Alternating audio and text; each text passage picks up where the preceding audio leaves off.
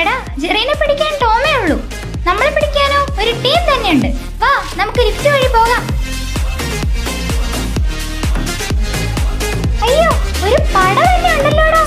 ഓ, ഇവന്റെ കയ്യിൽ എന്തൊക്കെ സാധനങ്ങളാ. Mask, gloves, gown. നമുക്ക് ഇവിടുന്ന് പോയാലോ?